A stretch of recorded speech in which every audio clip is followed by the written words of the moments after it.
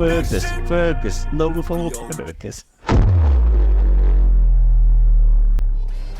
等緊乜？你究竟知唔知道？見到 WhatsApp，介紹最新嘅主導 ，What's going on？同埋 Super Me 嘅態度，我嚟解釋。你覆咗。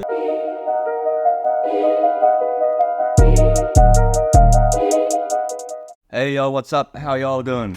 Welcome to a new episode of You Know What's Up.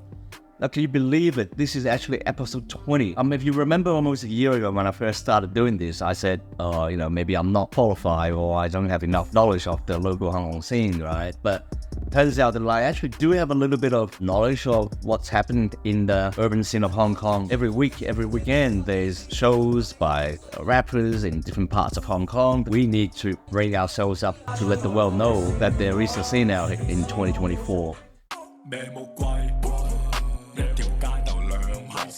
So why don't I start with one of the biggest rappers in Hong Kong right now, who also happened to have his first full-on concert last night in Hong Kong, out at Asia Expo. Who is he? Who am I talking about? It's Novel Fergus, y'all. Fergus, Novel Fergus. For someone who started his rapping journey probably only 4 or 5 years ago, who also happened to be a tattoo artist before that, I think he's done an amazing job in picking up this craft of rapping and rhymes and, hip-hop to take himself from where he was to where he is now today. Him and his partner, Daixin, who eventually opened a little record label called Yak Studio to start his hip-hop and rap journey. His journey is actually quite interesting, through his client base, through his tattoo work. A lot of rappers or people who are in the hip-hop scene. 同啲 friend 出去 chill 嘅，然之後入咗將軍澳嗰度玩，跟住就開始見到有人 cypher rap，跟住就自己都玩埋一份。In the end, he started hanging out with them, right? So you figure, why don't I give it a try? But back to his journey. So he started doing rapping, running rhymes. His first track is actually called 羅神仙。雷鳴響天，福壽賀老神仙。No, an old guy fairy or something, right? It started actually expressing his style of lyrical and as well as the way of how he present his art.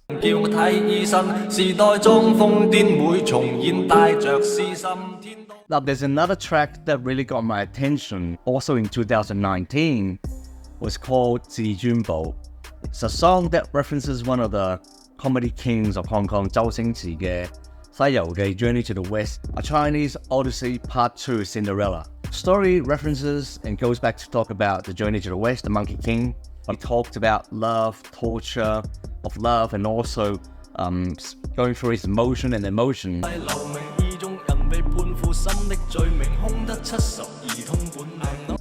I think it was really, really great wordplay. After you hear the song, to actually try and understand a little bit more about what this means.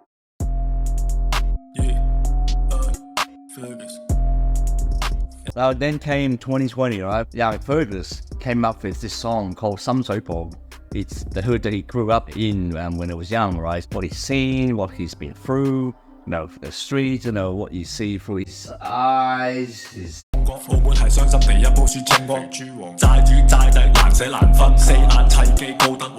Perfectly encapsulates the essence of what 心水埗 is all about. 2022, he came out with an EP called Hill.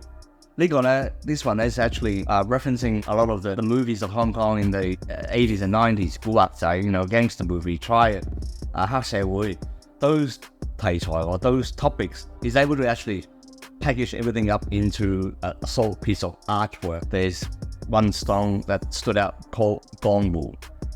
Uses the beats of 黑社會, one of the, well-known gangster movies from Hong Kong back 20 years ago.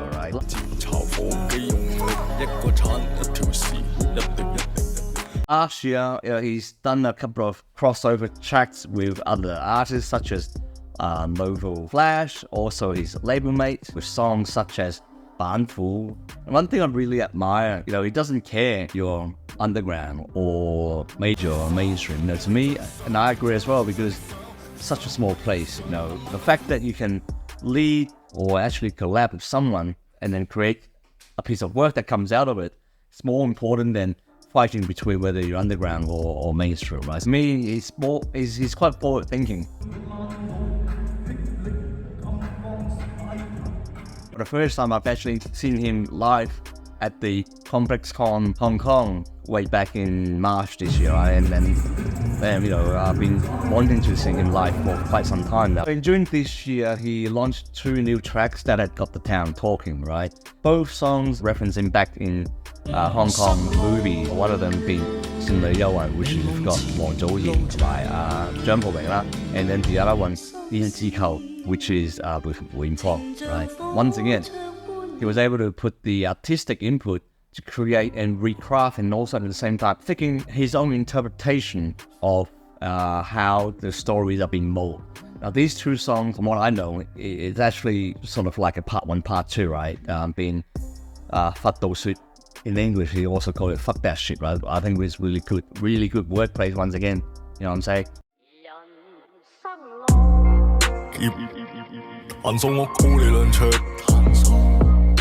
So with this 胭脂扣 story, right, there's another twist. He actually sort of flipped the narrative around where the female lead is actually a very rich girl, whereas him is actually a poor guy.